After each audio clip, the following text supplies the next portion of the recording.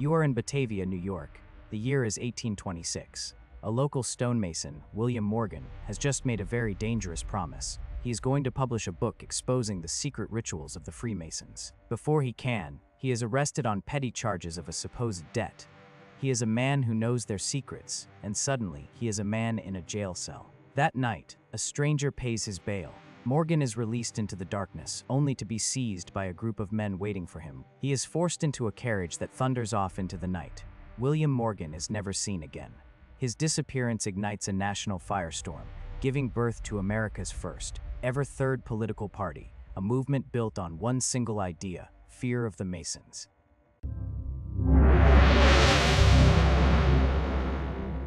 All-seeing eye on the back of the dollar bill to the supposedly occult layout of the streets in Washington, D.C. There is a theory that a single group has been secretly pulling the strings of world history for 300 years, the Freemasons. And yet the official story is almost mundane. They say Freemasonry is simply the world's largest fraternal order, a charitable society for men that evolved from medieval stonemasons' guilds. Right, so it started as a trade union for guys with chisels. In a way, the modern organized version of Freemasonry began formally in 1717, when 4 London lodges met in a pub called the Goose and Gridiron and formed the first Grand Lodge. So how did a social club that started over beers become the default villain for every conspiracy theory? From the French Revolution to some future New World Order, that is a pretty big leap. Exactly, so let us build the best possible case for this theory. The Steelman argument for Masonic control begins with the one thing everyone agrees on: secrecy. Hold on, let us define that. Are we talking about state secrets or just things they don't talk about in public? The latter, with private rituals, secret handshakes, and a strict code of silence among members, the organization creates a natural vacuum for suspicion. If you don't know what they are doing, you assume the worst. The first rule of Fight Club is you don't talk about Fight Club. I get it. The secrecy is the best marketing they ever did. Believers then point to the symbols, which they argue are hidden in plain sight. We already mentioned the Eye of Providence, but they also cite the pentagram, like street layout of Washington, D.C., and architectural details on countless public buildings as proof of a hidden influence. But many of those buildings were designed by non-Masons, and the D.C. street layout was largely the work of Pierre L'Enfant, whose plans were focused on sightlines and defense, not occult geometry. It is like seeing a face in a cloud. If you look for a pentagram, you will find a pentagram. You could probably find a Big Mac if you stared long enough. Then there is the membership. The sheer number of influential people who were Masons is staggering. We are talking 14 U.S. presidents, European royalty like King Edward VII, and cultural giants from Mozart to Voltaire. Which is a strong correlation, but is it causation, or do powerful people just tend to join exclusive clubs? No, Morgan's right. The Elks Lodge isn't running the world, and my grandpa was exalted ruler 3 years in a row. What makes this club different? The difference, according to the darkest versions of the theory, is who they were supposedly working for. These fears have historically been fused with older prejudices, especially anti-Semitism. Propagandists, most notoriously Adolf Hitler, claimed that the Jews were using the Freemasons as a vehicle to achieve world domination. It was a core part of their paranoid worldview. Wow, okay, so this isn't just fun spooky eyeball stuff. That is genuinely dark. It always goes there, doesn't it? The grand conspiracy theory needs a grand scapegoat, and historically that has often been the Jewish people. And the ultimate expression of that fear is the idea of a new world order. It is the theory's final boss, the claim that the Masons are the secret architects of a decades-long plan to establish a single authoritarian global government, completely erasing national sovereignty in the process. So, let us get into the evidence. The single most explosive source for claims of Masonic devil worship traces back to one man, Letio Taxil. In the 1890s, he published a series of lurid exposés of Freemasonry. What kind of exposes are we talking about? Tales of demonic pacts, satanic rituals, and a global conspiracy to corrupt the world. It was everything their worst critics wanted to believe. The original clickbait. I respect the hustle. Taxil's stories were incredibly specific.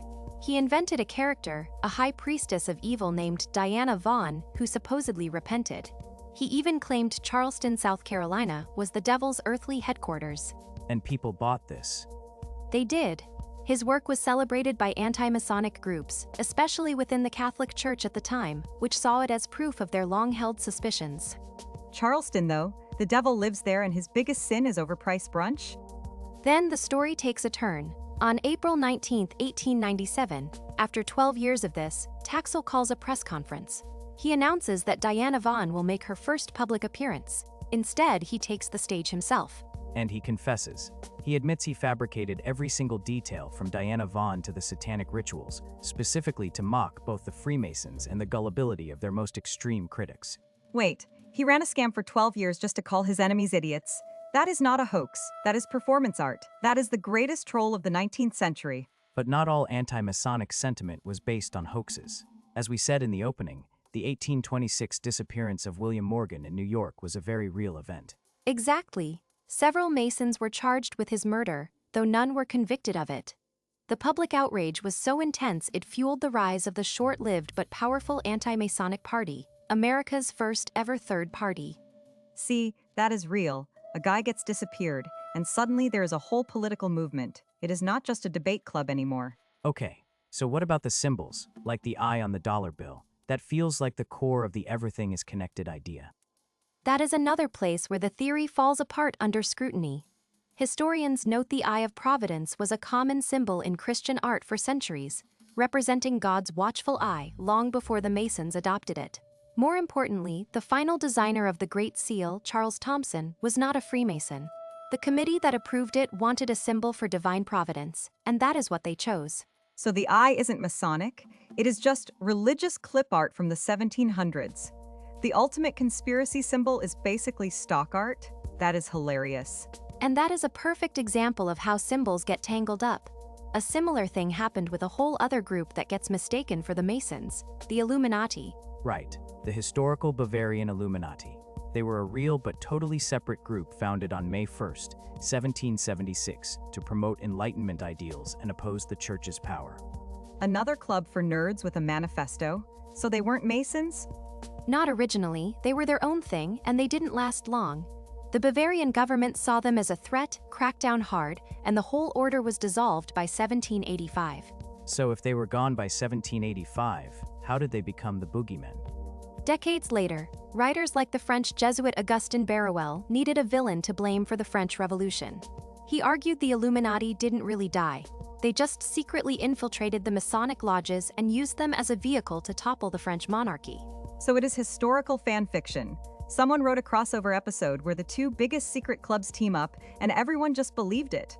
It created a powerful combined myth that endures to this day, the idea of a secret society within a secret society. And that combined myth had horrifying consequences. The Nazis weaponized it. Hitler's propaganda machine claimed the Freemasons were a tool of a global Jewish conspiracy, directly linking the two groups. That is not a joke. That is just awful. There is no punchline for that. It is the inevitable ugly endpoint of these theories. They require an enemy, and between 1933 and 1945, the Nazis murdered as many as 200,000 Freemasons in their concentration camps. And this isn't just ancient history. These ideas are still considered a live threat. An unclassified FBI report from January 2023 noted the crossover between racially motivated violent extremists and what they call radical traditionalist Catholic ideology. Wait, the FBI is tracking this now, in 2023. The report explicitly says this ideology often includes anti-Semitic, anti-immigrant, anti-LGBTQ, and white supremacist adjacent views, and often involves a strong animosity toward Freemasonry as part of a larger conspiracy. I thought this was just stuff people argued about on YouTube. I didn't think the FBI was actually writing memos about it. That is terrifying. Okay, we have gone deep down the rabbit hole. It is time to separate fact from fiction. Let us start the verdict. First, is Freemasonry a real thing? Yes.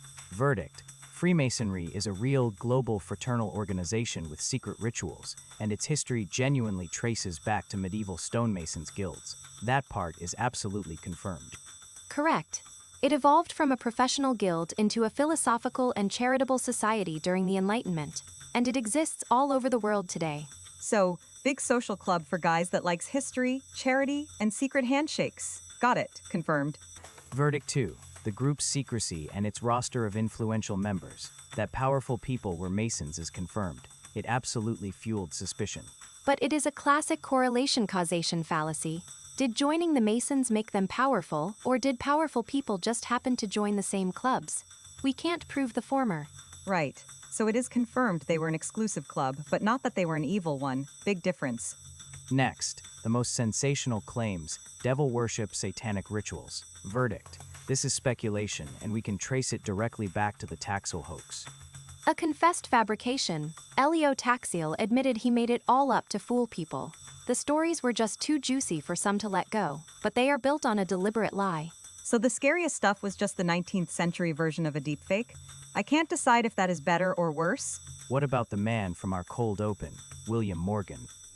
The William Morgan affair of 1826 was a real unsolved disappearance that had major political consequences. That part is confirmed.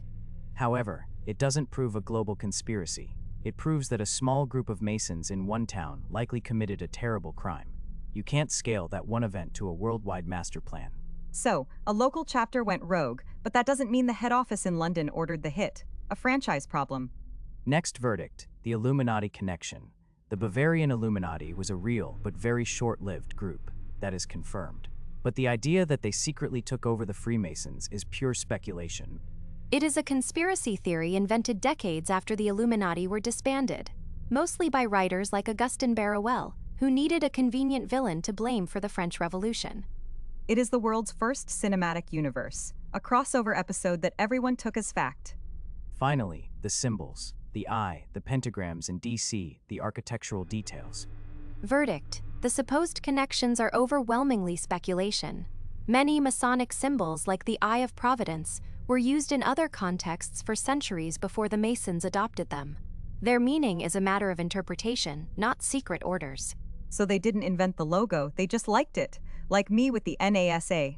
Logo on my shirt doesn't mean I have been to the moon yet. So after debunking the specifics, the real question is, why does this master theory persist? The appeal is its simplicity. It provides a single unified explanation for centuries of chaotic world events, offering one tangible villain to blame. It is psychologically comforting. It is easier to believe a secret club caused a financial crisis than to accept that it was the result of complex, impersonal economic forces that no one fully understands. It is the ultimate "it is not my fault" card. Your country lost a war, Masons. Your favorite show got canceled. Masons, it is the one-size-fits-all excuse. And the very nature of a secret society invites that paranoia. When a group operates behind closed doors, it creates a blank screen onto which outsiders can project their worst fears. Their secrecy is the soil in which these theories grow. Because you don't know what the rituals are, you can assume they are anything. It starts with a secret handshake and escalates to a secret plan for world domination, because there is no public evidence to contradict it. It is the mystery box problem. It could be a boring plaque for charity work inside, but it could be a cursed artifact, and the second option is just a way better story. The theory is also infinitely adaptable. It can be attached to almost any other ideology: anti-government movements, religious fundamentalism, and as we saw, anti-Semitism. It is a versatile tool for anyone trying to define a shadowy they. To one group, the Masons are godless atheists trying to destroy the church. To another, they are the bankers and kings propping up the system. They become a mirror for whatever the accuser fears most. They are the Swiss Army knife of conspiracies. Got a global problem? There is a Mason attachment for that. If you want to keep exploring why these weird ideas stick around, subscribe and hit the bell. We do this every week. In the end, the enduring power of the Freemason conspiracy says less about the Masons themselves and more about our own deep-seated need for order. It implies that someone is in control, and the idea that an evil group is steering the ship is, in a strange way, less terrifying than the idea that no one is steering at all, and we are just drifting in the chaos. So the big secret isn't that everything connects to the Freemasons, it is that we really, really wish everything connected to something. That is our show. Thanks for joining us down this rabbit hole. Next week, we are looking up at the skies to ask what is really going on with those white lines planes leave behind. Is it just water vapor, or is it part of a global program called chemtrails? Don't miss it. Until then, keep asking questions, even if the answer is just a bunch of guys in a pub.